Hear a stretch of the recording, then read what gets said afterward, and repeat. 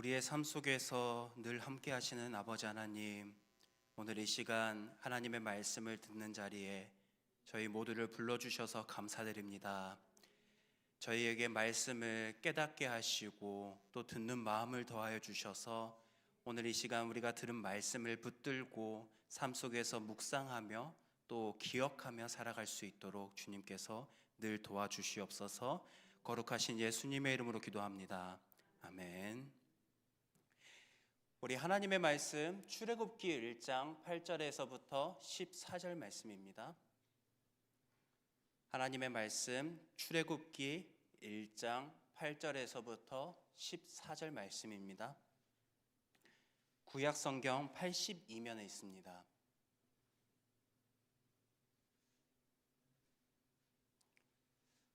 하나님의 말씀 출애굽기 1장 8절에서부터 14절 말씀 우리 한 절씩 교독하며 읽겠습니다. 요셉을 알지 못하는 새 왕이 일어나 애굽을 다스리더니 그가 그 백성에게 이르되 이 백성 이스라엘 자손이 우리보다 많고 강하도다. 자, 우리가 그들에게 대하여 지혜롭게 하자. 두렵건대 그들이 더 많게 되면 전쟁이 일어날 때에 우리 대적과 합하여 우리와 싸우고 이 땅에서 나갈까 하노라 하고 그들에게 무거운 짐을 지워 괴롭게 하여 암셋을 건축하게 하니라.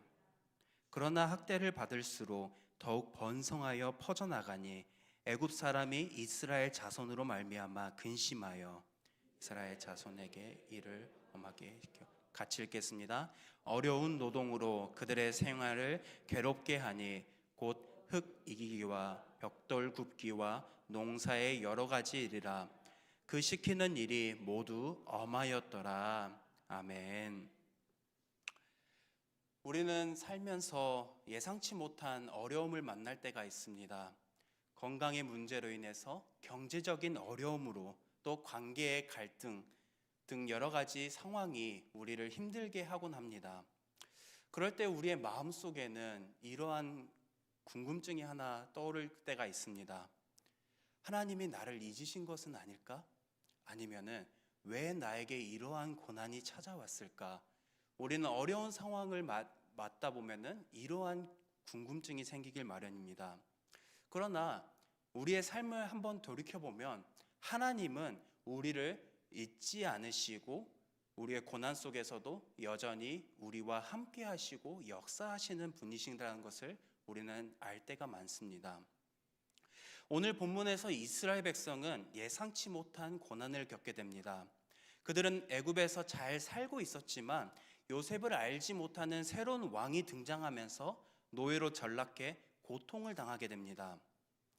그렇다면 그들이 고통당하는 이유, 하나님이 이스라엘 백성들을 외면하셨기 때문에 이스라엘 백성들이 어려움을 겪은 것일까요? 오늘 본문을 통해서 고난 속에서도 역사하시는 하나님을 발견하고 우리가 어려움 속에서 어떻게 살아가야 하는지 함께 살펴보도록 하겠습니다. 이스라엘 백성은 애굽에서 평안하게 살고 있었습니다. 그런데 요셉을 알지 못하는 새 왕이 애굽을 다스리자 상황은 급변했습니다. 본문 8절 말씀입니다. 요셉을 알지 못하는 새 왕이 일어나 애굽을 다스리더니, 여기서 알지 못하는 이라는 표현은 우리가 문자적 표현 그대로 내가 이 사람을 모릅니다 라는 그러한 단순한 무지의 표현이 아니라 히브리의 원어로 보면은 알다에 해당하는 야다는 단순한 이해, 내가 이 사람을 알고 모르는 것을 넘어서 관계적으로 인정하고 존중하는 것을 의미합니다.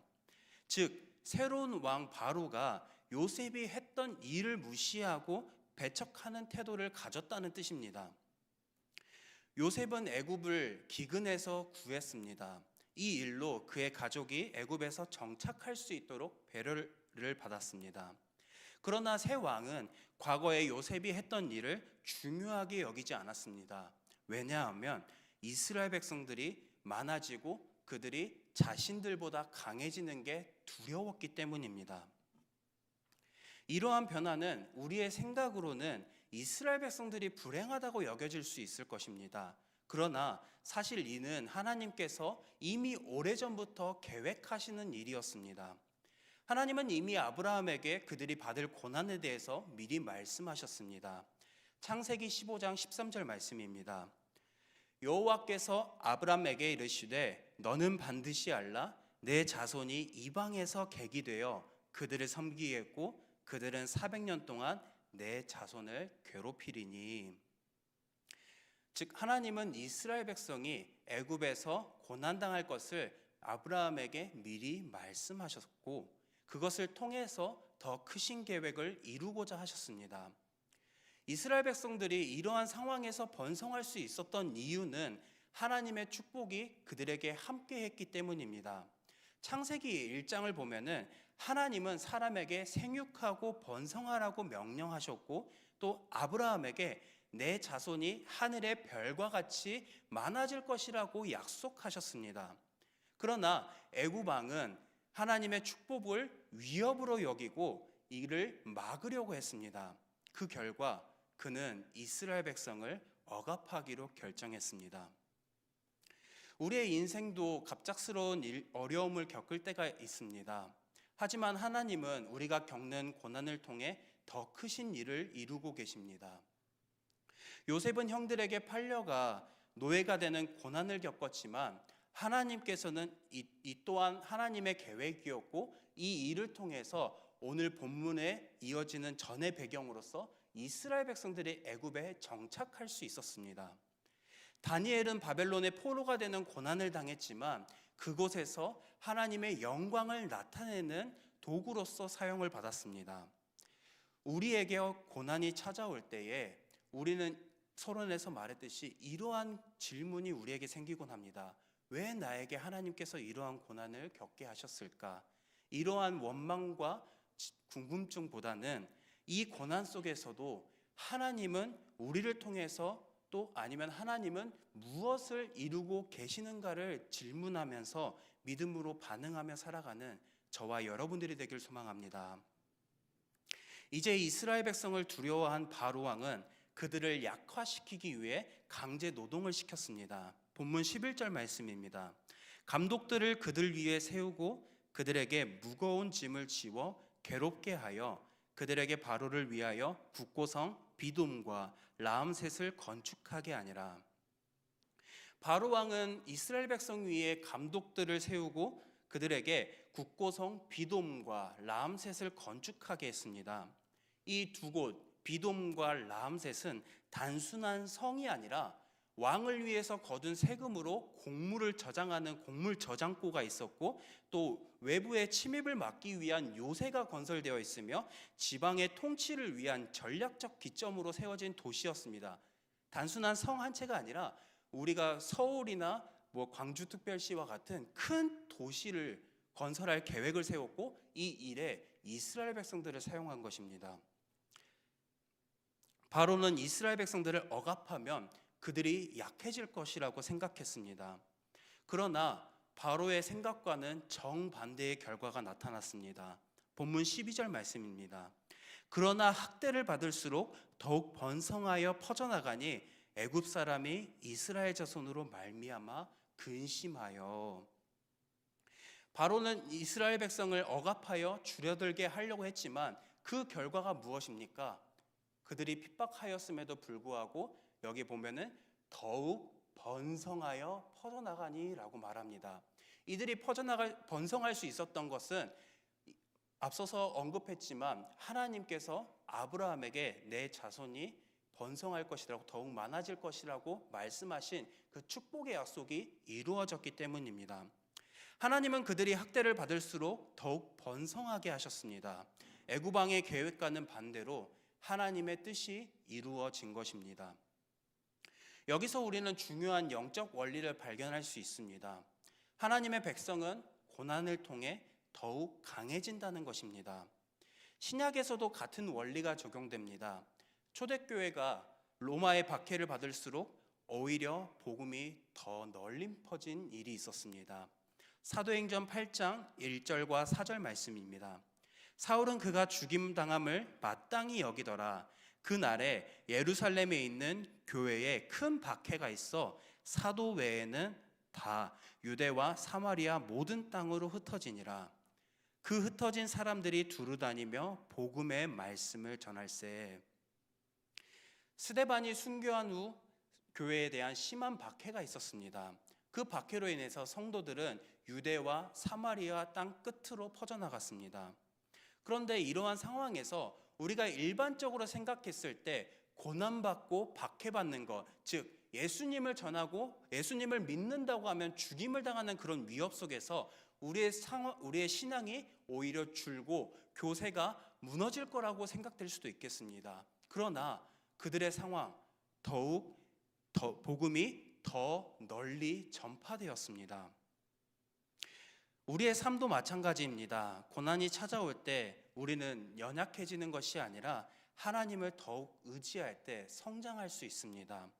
하나님은 우리의 고난을 그냥 내버려 두지 않으시는 분이십니다. 반드시 하나님의 선하신 뜻으로 이루어 가십니다.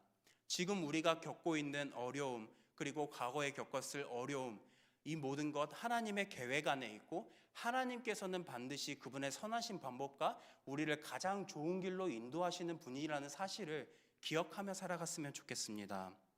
하나님의 크신 계획 속에 있음을 믿고 의지하며 살아가는 우리 모두가 되길 소망합니다.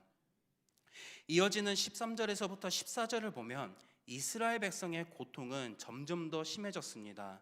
본문 13절, 14절, 13절은 제가 읽고 14절은 성도님들이 읽어주셨으면 좋겠습니다. 이스라엘 자손에게 일을 엄하게 시켜 괴롭게 하니 곧 흙 이기기와 벽돌 굽기와 농사 여러 가지 일이라. 그 시키는 일이 모두 엄하였더라. 애굽 사람들은 그들을 고난 핍박했지만 그들이 더욱 번성하는 것을 보고 오히려 더 엄하게 그들을 다스립니다. 그들을 더욱 가혹하게 다루었고 삶 자체를 힘들게 했습니다. 국고성 비동과 라암셋을 건축하는 일에 사용했다면 이제는 더 나아가서 애굽 전역에서 농경지와 밭에서 곡식을 거두는 일까지 맡게 했습니다.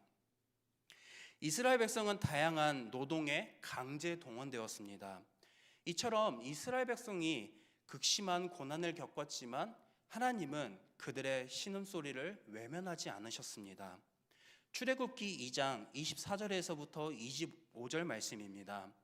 하나님이 그들의 고통 소리를 들으시고 하나님이 아브라함과 이삭과 야곱에게 세운 그의 언약을 기억하사 하나님이 이스라엘 자손을 돌보셨고 하나님이 그들을 기억하셨더라. 하나님은 그들의 부르짖음을 들으셨고 아브라함과 이삭과 야곱에게 하신 약속을 기억하셨습니다. 이는 단순히 과거의 일을 떠올리시는 것이 아니라 이제는 하나님께서 그 약속을 이루시기 위해 적극적으로 개입하신다는 의미입니다. 하나님은 이스라엘 백성들이 겪은 고난을 외면하지 않으셨을 뿐만 아니라 그들을 위한 구원의 길을 계획하고 준비하고 계셨습니다.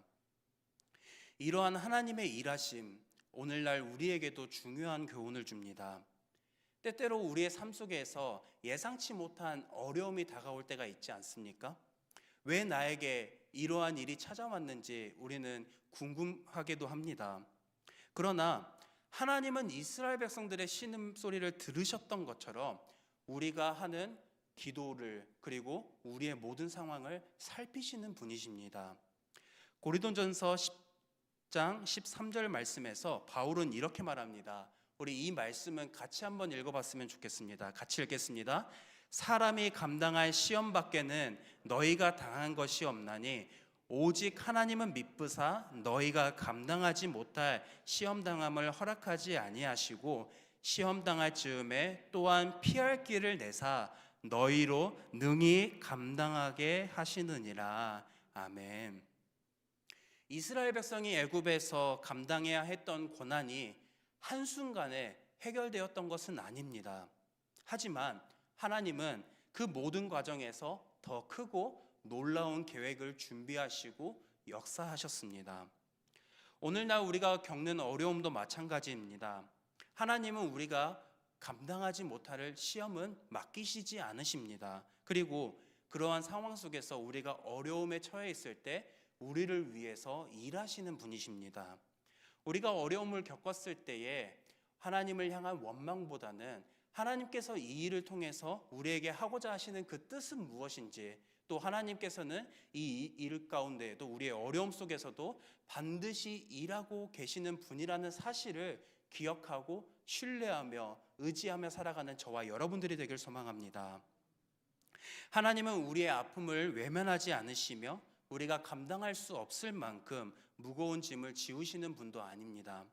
하나님은 언제나 우리와 함께 하시며 우리의 고난을 통해 더 크고 놀라운 계획을 이루시는 분이십니다. 어떠한 상황 속에서도 낙심하지 말고 하나님의 뜻을 끝까지 신뢰하며 하나님을 의지하며 살아가는 저와 여러분들이 되길 소망합니다.